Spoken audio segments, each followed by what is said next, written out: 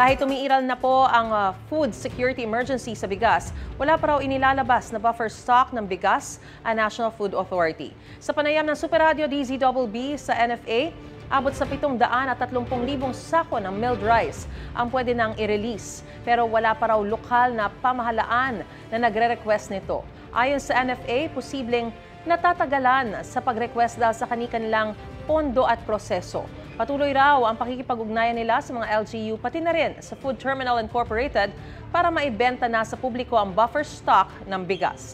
Sabi naman ng Department of Agriculture, hindi lahat ay mabebentahan ng NFA rice. Prioridad daw ang mga lugar na may di pangkaraniwang pagtaas sa presyo ng bigas gaya sa Metro Manila at Region 7. Sangayon dito ang grupong Samahang Industriya ng Agrikultura o SINAG at sinabing Metro Manila ang dapat targetin na bentahan ng NFA rice.